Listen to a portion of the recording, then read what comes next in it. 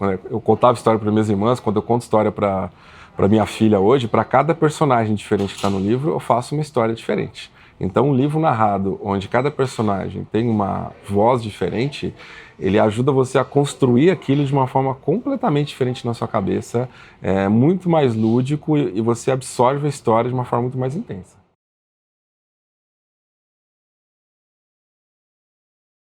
Vamos lá. Bem, meu nome é Ednei Souza, o pessoal me chama de Internei, eu sou diretor acadêmico aqui na Digital House, também sou organizador da Social Media Week São Paulo e sou editor do blog wordpress.com aqui no Brasil. Eu sou um cara que não leio mais livros físicos, não vou dizer zero, mas é muito raramente.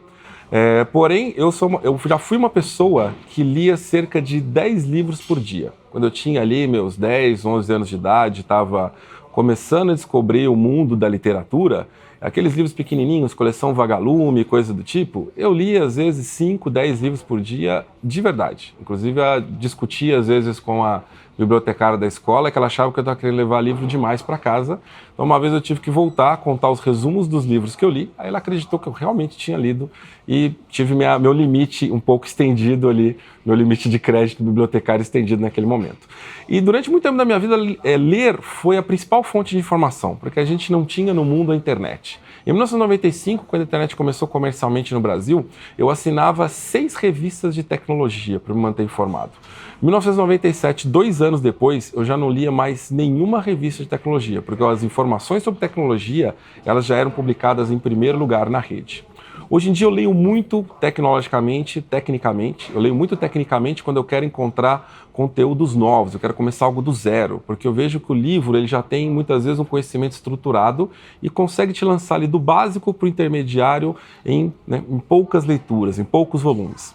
Mas para saber as últimas novidades, o que está acontecendo no mundo nesse momento, é imprescindível muitas vezes você seguir os autores. Só que o que esses caras estão publicando em artigos, YouTube, podcasts, muitas vezes o livro hoje, até das pessoas que têm uma experiência em produzir conteúdo literário, têm experiência como autores, eles publicam primeiro em outras plataformas, depois eles consolidam isso e lançam no mundo impresso. Mas é inegável que, mesmo há 30 anos atrás, mesmo no mundo de hoje, o livro ele ainda é uma porta para o conhecimento. Imagine que você está começando hoje a se informar sobre um determinado assunto. Vou dar uma sugestão que é simples, qualquer pessoa começar hoje do zero. Procure quais são os eventos na sua área. E aí você vai colocar eventos, o nome do seu mercado, provavelmente você vai achar vários no Google. Ao olhar a programação desses eventos, você vai encontrar diversos palestrantes. Ao procurar o perfil desses palestrantes em redes sociais, E aí, por exemplo, se for alguma coisa mais artística, você vai encontrar no Instagram ou no YouTube. Se for alguma coisa mais negócios, técnico, você vai encontrar no LinkedIn, E ao encontrar esses autores, o perfil deles em redes sociais, veja se eles têm experiência prática na área que você está trabalhando. Veja se eles têm experiência prática na área que eles estão palestrando.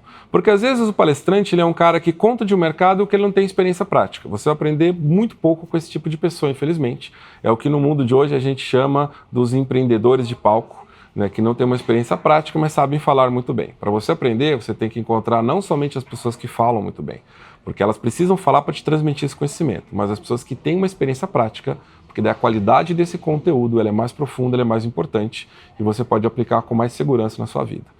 Encontrando essas pessoas que têm experiência prática, comece a segui-las em todas as suas redes sociais. Tem gente que publica artigo, tem gente que grava podcast, tem gente que publica vídeos no YouTube. E esses conteúdos são os conteúdos que vão te ajudar a conhecer alguma coisa em primeira mão. E muitas vezes, esses mesmos palestrantes são autores de livros. E se é um assunto que você não conhece nada, talvez valha comprar algum desses livros e conhecer o básico, conhecer o intermediário dessa história, para depois você começar a acompanhar aquilo que tem de mais atualizado nas redes sociais desses especialistas. Eu gosto do podcast, eu não sou usuário de podcast, mas eu sou um defensor da mídia, Porque hoje em dia você está naquele caminho de casa para o trabalho. Esteja dirigindo, esteja no Uber, esteja caminhando, esteja pedalando, você, ao invés de ouvir uma música, você pode estar ouvindo um podcast. E aquele espaço que é de entretenimento se torna um espaço de aprendizado. Não estou dizendo que você não pode ter entretenimento, que você não pode ter seu espaço de diversão, mas você pode mesclar. Um dia ouve música, outro dia ouve um podcast, e um tempo que você já tem na sua vida, você transforma num tempo de entretenimento para um tempo de aprendizado. Se a gente olhar a quantidade de pesquisas feitas, seria irresponsável não admitir que existem diferentes formas de aprendizado. Tem pessoas que são mais visuais, tem pessoas que são mais orais, né? Elas escutam melhor. Então, para algumas pessoas, ler vai funcionar melhor. Para outras pessoas, ouvir vai funcionar melhor. Para outras pessoas, o audiovisual, até alguma coisa que tenha o teatro, o cinema, vai funcionar melhor. Isso depende um pouco do repertório criativo de cada pessoa. Tem gente que lê e ao ler ela é capaz de recriar mentalmente aqueles cenários, aquelas paisagens, até vozes diferentes dos personagens. Tem gente que não consegue fazer esse salto criativo a partir da leitura, por falta de um repertório criativo.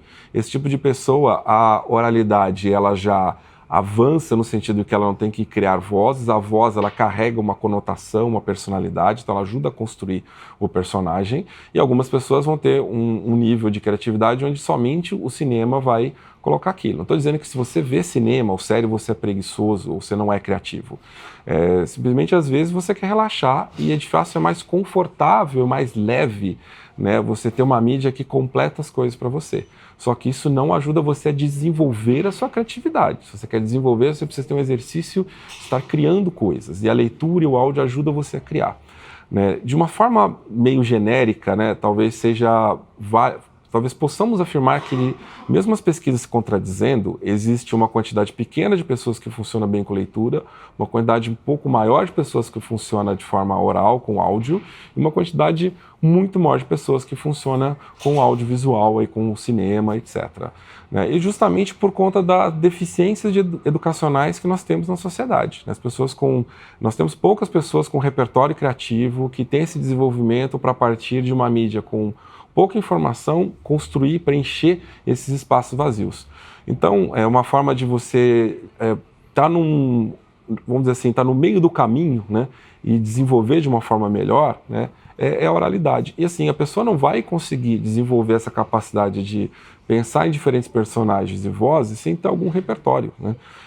Eu cresci numa geração que as histórias eram contadas, né.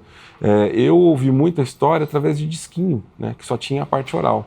Então, esse tipo de tradição, esse tipo de aprendizado que eu tive, que me ajudou a se tornar uma pessoa criativa, hoje a gente está perdendo um pouco e a tecnologia pode ajudar a recuperar isso, né, para os diferentes perfis de aprendizado que a gente tem na sociedade.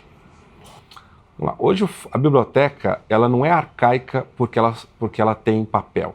Ela é arcaica porque ela só tem papel. Ela é arcaica porque é difícil de digitalmente você encontrar um volume. Ela é arcaica porque muitas coisas que são lançadas primeiro no digital não estão lá. Então, a biblioteca ela deveria se tornar mais multimídia. Ela deveria continuar tendo esses volumes escritos em texto e passar a ter novos volumes em áudio, em multimídia, sistemas eletrônicos, o sistema de organização que cataloga um livro em múltiplas categorias simultaneamente, porque a estante não permite isso, né? E o fichário permitia um pouco isso, mas as pessoas perderam um pouco dessa lógica de como que no fichário eu faço referência cruzada, porque na verdade na era do Google essas referências cruzadas se tornaram digitais. Então a gente não precisa ter mais um sistema de fichário se nós temos sistemas de indexação mais poderosos hoje, né? Nós não precisamos desprezar o papel, mas não precisamos nos ater somente ao papel quando a gente tem tanta coisa multimídia. Então, eu gosto muito do ambiente de biblioteca. Eu acho que num lugar onde você consultasse uma mídia audiovisual, um áudio, fizesse uma pesquisa digital e pudesse percorrer diferentes momentos da história, onde estivesse do papel até o vídeo, era um lugar onde a pessoa poderia recriar essa jornada de aprendizado e sair dali não somente aprendendo algo novo, mas com muito mais repertório para poder repassar isso para as pessoas, para poder replicar isso para outras pessoas. Espero que você tenha gostado muito dessas ideias, desses insights. Se você quiser continuar discutindo isso, provavelmente o pessoal vai deixar os contatos aqui para você falar comigo. Adoro bater papo, né? E não se esqueça de visitar o Clube Digital de Leitura da Toca Livros. Os endereços também estão aqui para você conhecer vários audiolivros, várias produções audiovisuais bacanas para você aumentar seu repertório de conhecimento e criatividade. Valeu!